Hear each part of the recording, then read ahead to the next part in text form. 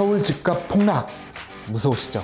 이 시점에서 집을 사야 될지 말아야 될지 고민 많으실 텐데 부자는 그 답을 알고 있습니다. 여러분께서 지금 당장 부자가 될 수 없으신 분들을 위해서 제가 그 답 알려드리겠습니다. 이 영상 끝까지 지켜봐 주시고요. 구독하기와 좋아요 많이 눌러 주십시오. 네, 안녕하세요. 드림부동산 투자연구소 박찬웅 이사입니다.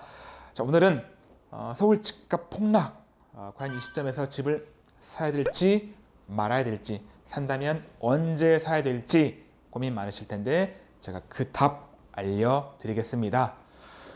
자, 알려드리기 전에 여러분들의 마음을 그리고 매수 심리를 정말 위축시키는 그 공포감을 조성시켜주는 기사들부터 먼저 보도록 하겠습니다. 첫 번째 기사. 드디어 서울에 미분양 아파트가 등장을 했다고 합니다. 광진구, 중구, 동대문구, 서대문구 이런 아파트들인데 물론 이제 광진 그랜드파크 같은 경우는 좀 요건을 바꿨죠. 계약금도 조금 퍼센트도 줄였고 또 시행사에서 직접 대출해주기 때문에 조금 나아지겠지만 자, 이런 기사 때문에 정말 집값 떨어지는 거 아닌가? 폭락하는 거 아닐까? 뭐 며칠 전에 지방에 계신 분에게 저도 전화를 받아봤습니다만 이런 말씀을 하시면서 서울의 집값 폭락하는 거 아니야? 라고 하셨는데 과연 폭락할까요? 자, 결론은 조정은 되겠지만 폭락은 하지 않습니다. 자, 또 다른 기사도 있어요. 뭐냐? 이건 아마 기사 정말 많이 보셨을 거예요. 서울 아파트값 몇 주 연속 떨어지고 있다. 끝이 없을 만큼 떨어지고 있다. 뭐 거래량도 지난해 9월부터 지금까지 계속 감소하고 있다. 매매 거래 역대 최저치다. 예, 정말 공포감을 심어주고 있어요. 예, 물론 집값 떨어졌습니다. 최근에 너무 많이 올랐기 때문에 조금 조정은 받아야 돼요. 떨어졌는데 폭락까지는 가지 않을 거라는 것. 왜? 우리가 부자들을 보면 돼요. 자, 여러분들은 그러한 기사를 보면서 어떤 생각을 하시냐면 투자하신 분들은 투자를 조금 미뤄야지. 기다렸다가 집값 조금 더 떨어지면 아니면 다른 사람들이 좀 산다고 할 때 그때 사야지. 그리고 실거주자분들은 지금 집값 떨어진다고 하니까 일단은 전세 살았다가 나중에 집을 사야지 라고 이렇게 고민하시는데 부자들은 어때요? 자, 돈 많은 나는 쇼핑하고 있다는 거예요. 규제 덕분에 대출 규제 덕분에 부자들은 죽고 있죠. 왜? 대출이 축소되면서 실수요자가 집을 사기 버거워졌잖아요. 현금 많이 들어가야 되니까.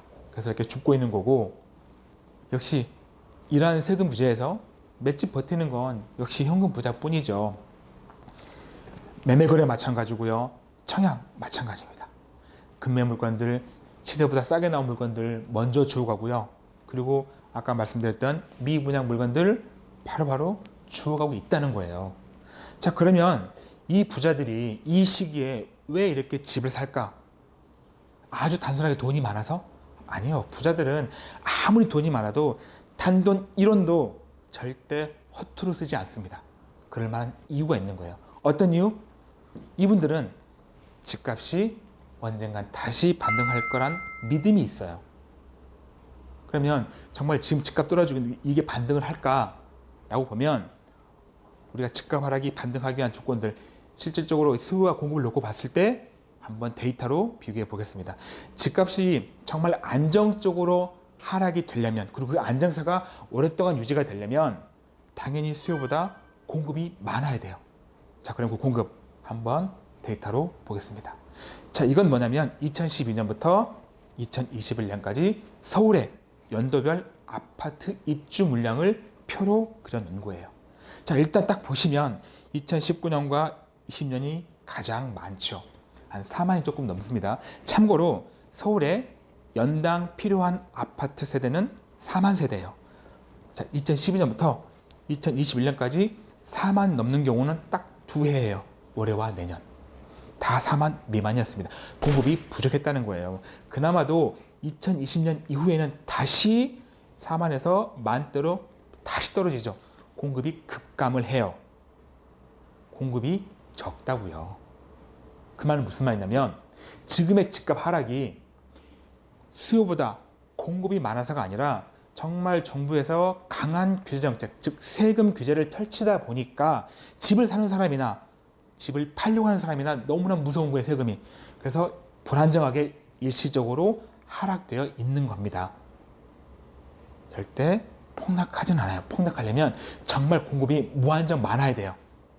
일시적이다. 자, 그럼 여러분 이럴 거예요. 아니, 그러면 공급을 늘리면 되잖아. 아니, 뭐 내년 뭐 적다는데 21년도에 그럼 올해 늘리면 되잖아. 그런데 그게 그렇지가 않아요. 왜? 자, 일단 서울엔 택지가 없죠. 지을 땅이 없어요. 마곡지구를 끝으로 더 이상 택지가 없습니다. 거기에다가 우리가 어떤 시행을 해서 아파트를 지으려면 지금 분양 여건이 굉장히 악화되어 있어요. 무엇이냐? 시행하는 회사들이 지금 시점에 이렇게 매수 심리가 위축되어 있는데 이거 내가 분양했다가 미분양 나면 어떡하지? 이게 겁나는 거예요.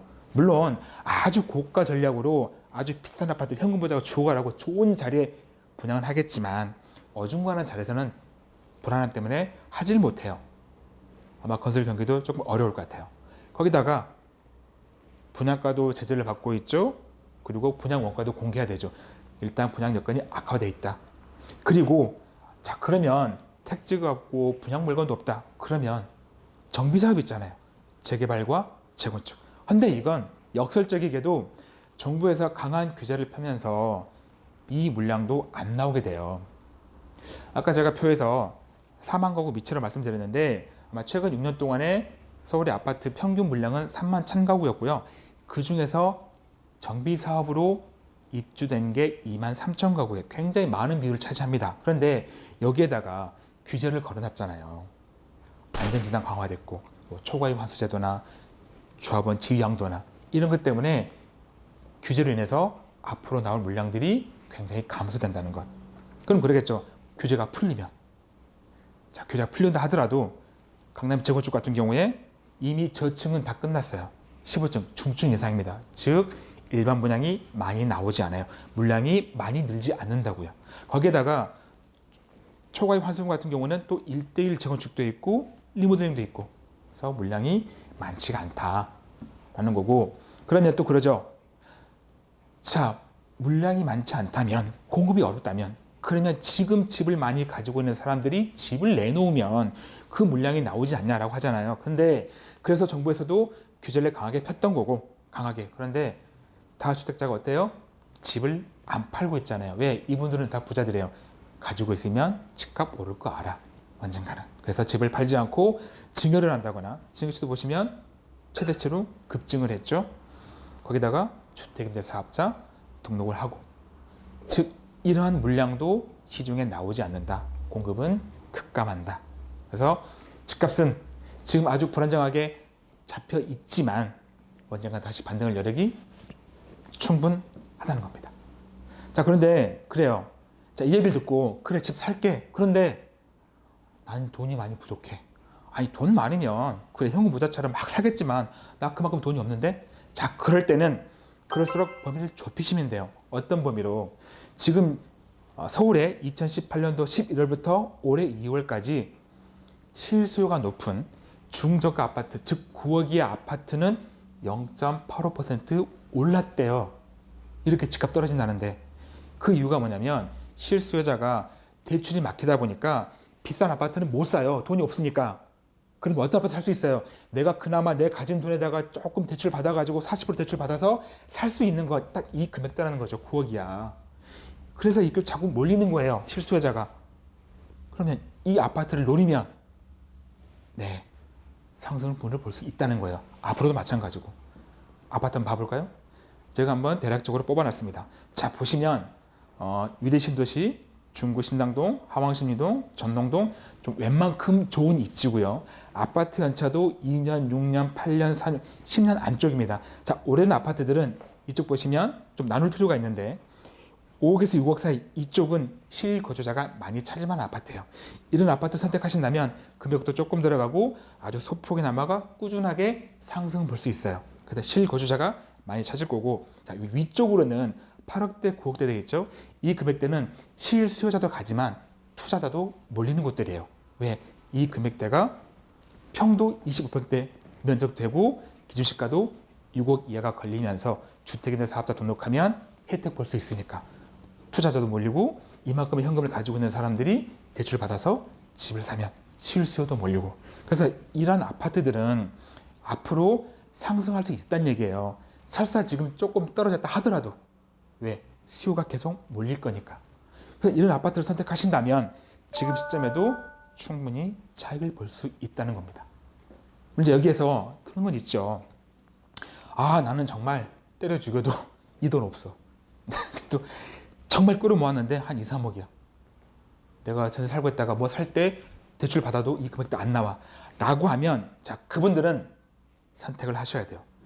거주 겸 투자를 버리시고 거주와 투자를 구분하시면 돼요. 자, 이 부분은 금액대별로 어떻게 하는지 제가 다음 영상에 올릴 거니까 참고하시고요.